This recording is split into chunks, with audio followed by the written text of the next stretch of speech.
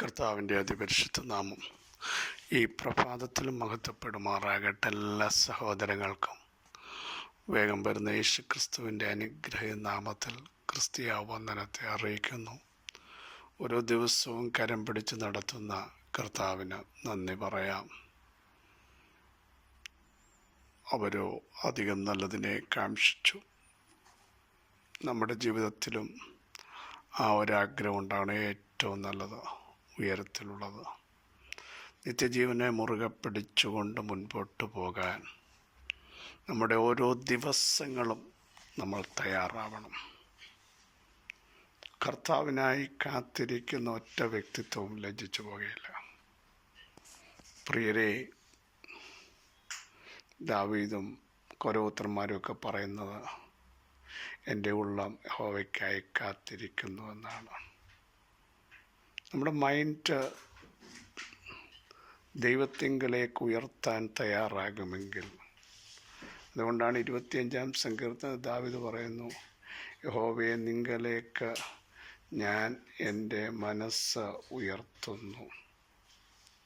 ദൈവത്തിങ്കലേക്ക് മനസ്സുയർത്താൻ തയ്യാറായാൽ നമ്മൾ ഒരു കാലഘട്ടത്തിലും ലജ്ജിച്ചു പോകാൻ ദൈവം ഇടയാക്കത്തില്ല എന്ന് ഇന്ന് പകൽ അറിയാതിരിക്കരുത്.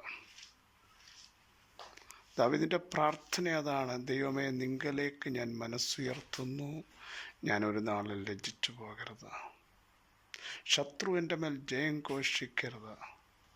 എന്നിട്ട് അതിൻ്റെ റിസൾട്ട് നോക്കൂ, വെറുതെ ദ്രോഹിക്കുന്നവർ ലജ്ജിച്ചു പോകുമ്പോൾ അവങ്കിലേക്ക് നോക്കിയവർ പ്രകാശിതരായി, അവരുടെ മുഖം ലജ്ജിച്ചു പോകാൻ എൻ്റെ ദൈവം ഇടയാക്കുന്നില്ല. ധൈര്യത്തോടെ നമുക്കും പറയാൻ കഴിയില്ലേ, നമ്മുടെ ക്രിസ്തീയ ജീവിതത്തിൻ്റെ ഓരോ ഘട്ടങ്ങളിലും ദൈവത്തിൻ്റെ പൊന്മുഖത്തേക്ക് നോക്കിയെങ്കിൽ ലജ്ജിച്ചോ? പലരും പറഞ്ഞില്ലേ, ലജ്ജിച്ചു പോകും, തല താഴ്ത്തപ്പെടും, ഒന്നും നടക്കത്തില്ല, ഇവിടം കൊണ്ട് തീരും. പക്ഷെ അവിടെ ദൈവത്തിൻ്റെ കരം നമുക്ക് വേണ്ടി എഴുന്നേറ്റ് വന്ന് അത്ഭുതങ്ങൾ, അടയാളങ്ങൾ, വീര്യപ്രവൃത്തികൾ നടത്തി പരിശുദ്ധാത്മാവ് നമ്മെ ജയത്തോടെ നടത്തിയത് മറന്നു പോകരുത്. ധൈര്യത്തോടെ പറ, ഞാൻ കർത്താവിൻ്റെ കൃപകളെക്കുറിച്ച് പാടും. 89-ാം സങ്കീർത്തനത്തിൽ പറയുന്ന പോലെ കർത്താവിൻ്റെ കൃപ എത്ര ശ്രേഷ്ഠമാണെന്നറിയാമോ? പൗലോസിൻ്റെ ഭാഷയിൽ പറഞ്ഞാൽ, ഞാനായിരിക്കുന്നത് കൃപയാൽ, ഞാനാകുന്നത് കൃപയാൽ. ആ കൃപ ഒരിക്കലും വ്യർത്ഥമായി പോകില്ല. പ്രിയ സഹോദരങ്ങളെ, ദൈവത്തിൻ്റെ കൃപയുടെ ആഴങ്ങൾ നമ്മുടെ അകത്ത് ഇന്ന് പകലൊന്ന് വെളിപ്പെട്ട് വരട്ടെ. കൃപയാലല്ലോ നിങ്ങൾ വിശ്വാസം മൂലം രക്ഷിക്കപ്പെട്ടിരിക്കുക. അതിന് നിങ്ങൾ കാരണമല്ല, ദൈവത്തിൻ്റെ ദാനമാണ്. ആരും പ്രശംസിപ്പാതിരിക്കാൻ നമ്മുടെ പ്രവൃത്തികൾ കാരണമല്ല. തിരുവെഴുത്ത് പറയുന്നു, ധനവാൻ തൻ്റെ ധനത്തിലും ജ്ഞാനി തൻ്റെ ജ്ഞാനത്തിലും ബലവാൻ തൻ്റെ ബലത്തിലും പ്രശംസിക്കരുത്. പ്രശംസിക്കുന്നവനോ യഹോവയിൽ പ്രശംസിക്കട്ടെ. നീതി ചെയ്യുന്ന ദൈവം, ന്യായം ചെയ്യുന്ന ദൈവം. നമ്മുടെ ദൈവത്തിൻ്റെ പ്രത്യേകത നീതിയുള്ള ന്യായാധിപതിയാണ്. ആർക്കെങ്കിലും നീതി നിഷേധിക്കപ്പെട്ടിട്ടുണ്ടെങ്കിൽ നിങ്ങൾ ദൈവം ഭാഗം മുട്ടുമടക്കൂ, പ്രതികരിക്കാൻ പോകണ്ട, മിണ്ടാതിരിക്കൂ. ദൈവം ആരെന്ന് വെളിപ്പെടും. Praise the lord. പ്രതികാരം ദൈവത്തിനുള്ളതാണ്. മൗനമായിരിക്കാൻ തയ്യാറാകുമെങ്കിൽ നമ്മുടെ ദൈവം നമുക്ക് വേണ്ടി എഴുന്നേറ്റ് വരും. ബലവാനും ബലഹീനും തമ്മിൽ കാര്യമുണ്ടായാൽ ബലഹീനനെ തള്ളിക്കളയാത്ത ഒരു ദൈവമാണ് നമ്മുടെ ദൈവം. എത്രയോ തവണ നമ്മൾ എഴുന്നേൽക്കത്തില്ലെന്ന് പലരും പറഞ്ഞു, ഇല്ലേ? ദാവീദിനെ നോക്കിയും പറഞ്ഞില്ലേ, ഒരു ദുർവ്യാധി പിടിച്ചു, ഇനി എഴുന്നേൽക്കത്തില്ല, കിടപ്പിലായി എന്ന് പറയത്തക്ക രീതിയിൽ. അതൊരു പ്രവചന ഭാഗമാണ്. യേശുക്രിസ്തുവിനെ പറ്റിയും പറഞ്ഞില്ലേ, ഇനിയും എഴുന്നേൽക്കത്തില്ല, തീർന്നു, ഇവിടം കൊണ്ട് അസ്തമിച്ചു. പക്ഷേ 3-ാം ദിവസം മരണത്തെയും പാതാളത്തെയും റോമാ ഗവൺമെൻറ്റിൻ്റെ ഭീരൻ മുദ്രയും കല്ലുകളെയും കല്ലറകളെയും ഭേദിച്ചുകൊണ്ട് എൻ്റെ യേശു ഉയർത്തെഴുന്നേറ്റപ്പോൾ ലോകത്തിന് അമ്പരപ്പായി. യേശുവിൻ്റെ ക്രൂശീകരണത്തിന് ശേഷം ശതാധിപൻ പറഞ്ഞില്ലേ, പറയാനുള്ള കാരണം തിരശ്ശീല മുകൾ തൊട്ടടി വരെ 2 ചിന്തിപ്പോയി. ഭൂകമ്പങ്ങളുണ്ടായി. അനേക വിശുദ്ധന്മാരുടെ കല്ലറ തുറന്നു. ഇത് കണ്ടപ്പോൾ ശതാധിപൻ പറയുകയാണ്, ഇവൻ വാസ്തവമായി ദൈവപുത്രൻ. സത്യം. പ്രിയരെ, ഇന്നലെ വരെ വിമർശിച്ച ചിലർ നമ്മുടെ കൂടെ ദൈവമുണ്ടെന്നും നമ്മൾ ദൈവത്തിൻ്റെ മക്കളാണെന്നും യഹോവ നമ്മളിൽ വൻ കാര്യങ്ങളെ ചെയ്തുവെന്നും ചിലർ ചർച്ച ചെയ്യത്തക്ക രീതിയിൽ വൻ കാര്യങ്ങൾ നിങ്ങളുടെ ജീവിതത്തിൽ വെളിപ്പെടാൻ പോകുകയാണ്.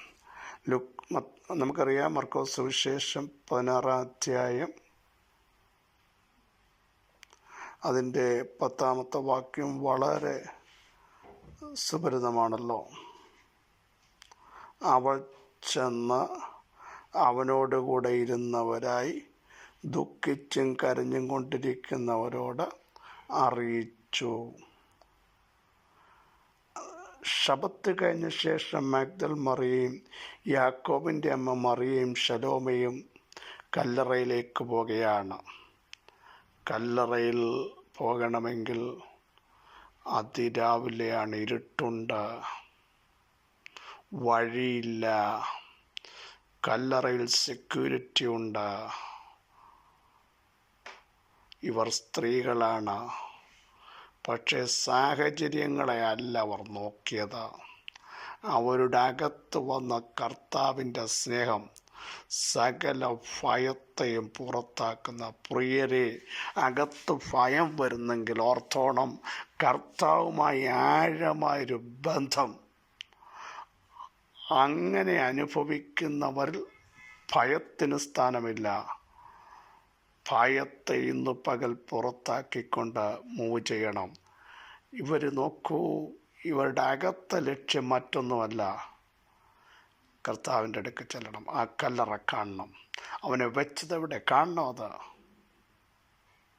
പോകാൻ തയ്യാറായാൽ എത്ര വലിയ കല്ല് മുമ്പിൽ നിന്നാലും അത് നിനക്ക് പ്രശ്നമാകില്ല. നീ പോകുമ്പോൾ തന്നെ അത് ഉരുട്ടി മാറ്റിയതായെന്ന് വെച്ചാൽ വായുവിലെടുത്ത് മാറ്റുന്നത് പോലെ ചില ദൈവപ്രവർത്തികൾ ഇന്നു പകൽ തൻ്റെ ജനത്തിനു വേണ്ടി ദൈവാത്മാവ് വെളിപ്പെടുത്തുകയാണ്. ഇവർ ചെന്നു, നമുക്കറിയാം, ഒത്തിരി പ്രതിസന്ധികൾ അഭിമുഖീകരിക്കേണ്ടി വന്നു. വഴിയില്ല, ഇരുട്ടാണ്, സ്ത്രീകളാണ്. ഇവരിത്രയും പേര് പിടിച്ച് പൊക്കാൻ നോക്കിയാൽ കല്ല് പൊങ്ങത്തില്ല, സെക്യൂരിറ്റി കയറ്റി വിടത്തില്ല. പക്ഷേ പുനരുത്ഥാനത്തിൻ്റെ പവർ വന്നാൽ നിൻ്റെ വിഷയം എഴുന്നേക്കും. പുനരുത്ഥാനത്തിൻ്റെ പവർ വന്നാൽ നീ പോയ വിഷയത്തിന്മേൽ വിടുതലായി കാണാൻ ഇന്ന് പകൽ അവിടുത്തെ ആത്മാവ് ഇടയാക്കാൻ പോകുകയാണ്. ഇന്ന് പകൽ പറയാം, അമിത ബലവും അത്യന്ത ശക്തിയും അളവറ്റ വലുപ്പവും ഞങ്ങളുടെ വിഷയത്തിന്മേലൊന്ന് വെളിപ്പെടുത്തും. യേശു ഉയർത്തെഴുന്നേറ്റു. നമ്മൾക്കറിയാം, ഒരു ശക്തിക്കും അതിനെ ഒതുക്കാൻ പറ്റിയില്ല. എന്നിട്ട് യേശു പ്രത്യക്ഷനായത് മഗ്ദലക്കാരത്തി മറിയയ്ക്കാം.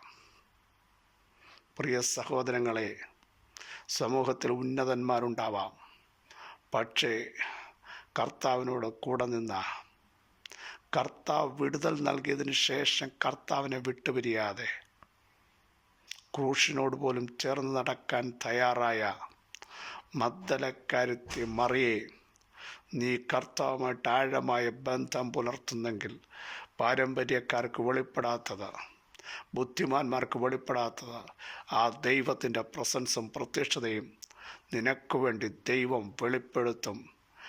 നിൻ്റെ ഡിഗ്നിറ്റി കണ്ടിട്ടല്ല, നിൻ്റെ ക്വാളിറ്റി കണ്ടിട്ടല്ല, കർത്താവുമായിട്ടുള്ള നിൻ്റെ ആഴമായ സ്നേഹം പ്രതികൂലങ്ങളെ ചവിട്ടി മതിച്ച് മുമ്പോട്ട് പോകാനുള്ള അഗാധമായ വിശ്വാസം, അതിൻ്റെ കരുത്ത്, നിനക്ക് വേണ്ടി ചില വെളിപ്പാടുകൾ ഇന്ന് പകലിലും ദൈവാത്മാവ് വെളിപ്പെടുത്തുമെന്ന് പരിശുദ്ധാത്മാവിൽ സന്ദേശം അറിയിക്കുകയാണ്.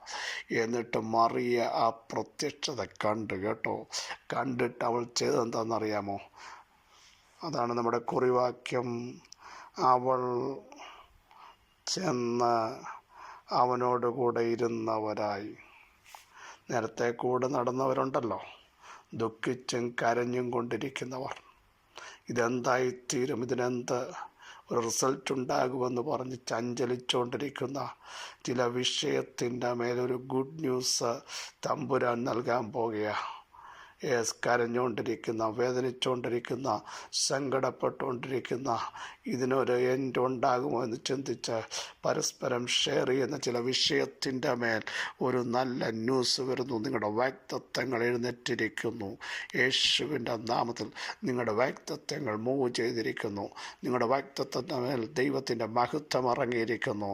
നിങ്ങളുടെ വാഗ്ദത്തത്തെ തടഞ്ഞു നിർത്തിയ ശക്തികളെ ഭേദിച്ചുകൊണ്ട് അത് ഉയർത്തെഴുന്നേറ്റിരിക്കുന്നു എന്ന വാർത്ത വിളിച്ചു പറയാൻ പ്രിയരെ പ്രാർത്ഥിക്കുന്ന നിങ്ങളോട് വിളിച്ചു പറയുന്നു. ചില സബ്ജക്റ്റുകൾ നടക്കുമോ ഇല്ലയോ, അത് എഴുന്നേൽക്കുമോ ഇല്ലയോ, തുറക്കുമോ ഇല്ലയോ എന്ന് ആശങ്കപ്പെട്ട് പരസ്പരം വേദനിച്ചും സങ്കടപ്പെട്ടും ഇരിക്കുന്ന ചിലരോട് ദൈവത്തിൻ്റെ വചനത്തിന് പറയാനുള്ളത്, നിങ്ങളുടെ വിഷയത്തിന് വിടുതൽ സംഭവിച്ചിരിക്കുന്നു.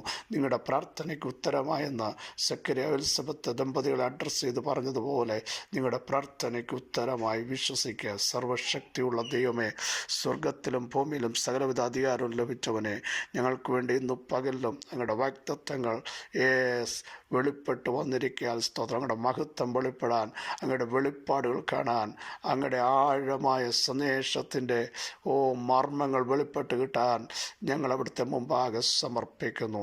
ആർക്കും വെളിപ്പെടാത്ത ഞങ്ങൾക്ക് വെളിപ്പെടുത്തുമല്ലോ. ഞങ്ങളുടെ പ്രാർത്ഥന മുറിയിൽ ശ്രേഷ്ഠകരമായ ചില വെളിപ്പാടുകൾ വരട്ടെ, ദർശനങ്ങൾ വരട്ടെ, ദൂതുകൾ വരട്ടെ. മറ്റുള്ളവരോട് അറിയിക്കാനുള്ള ഒരു കമാൻഡിങ് പവർ ഞങ്ങളുടെ മേൽ ഇന്ന് പകൽ വെളിപ്പെടുന്നതിന് സ്തോത്രം. അടഞ്ഞുപോയ ചിലത് തുറക്കുന്നതിന് സ്തോത്രം. വ്യക്തത്വം എഴുന്നേറ്റിരിക്കാൻ സ്തോത്രം. അത്ഭുതങ്ങൾ സംഭവിച്ചിരിക്കാൻ സ്തോത്രം. ദൈവകൃപ വ്യാപരിച്ചിരിക്കാൻ സ്തോത്രം. യേശുവിൻ നാം തന്നെ. ആമേൻ, ആമേൻ.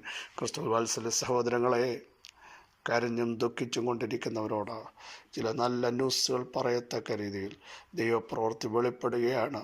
ഈ വചനങ്ങൾ അവരോട് സഹായിക്കട്ടെ. ക്രിസ്തുവിൽ നിങ്ങളുടെ സഹോദരൻ പാസ്റ്റർ ബിജു മാത്യു.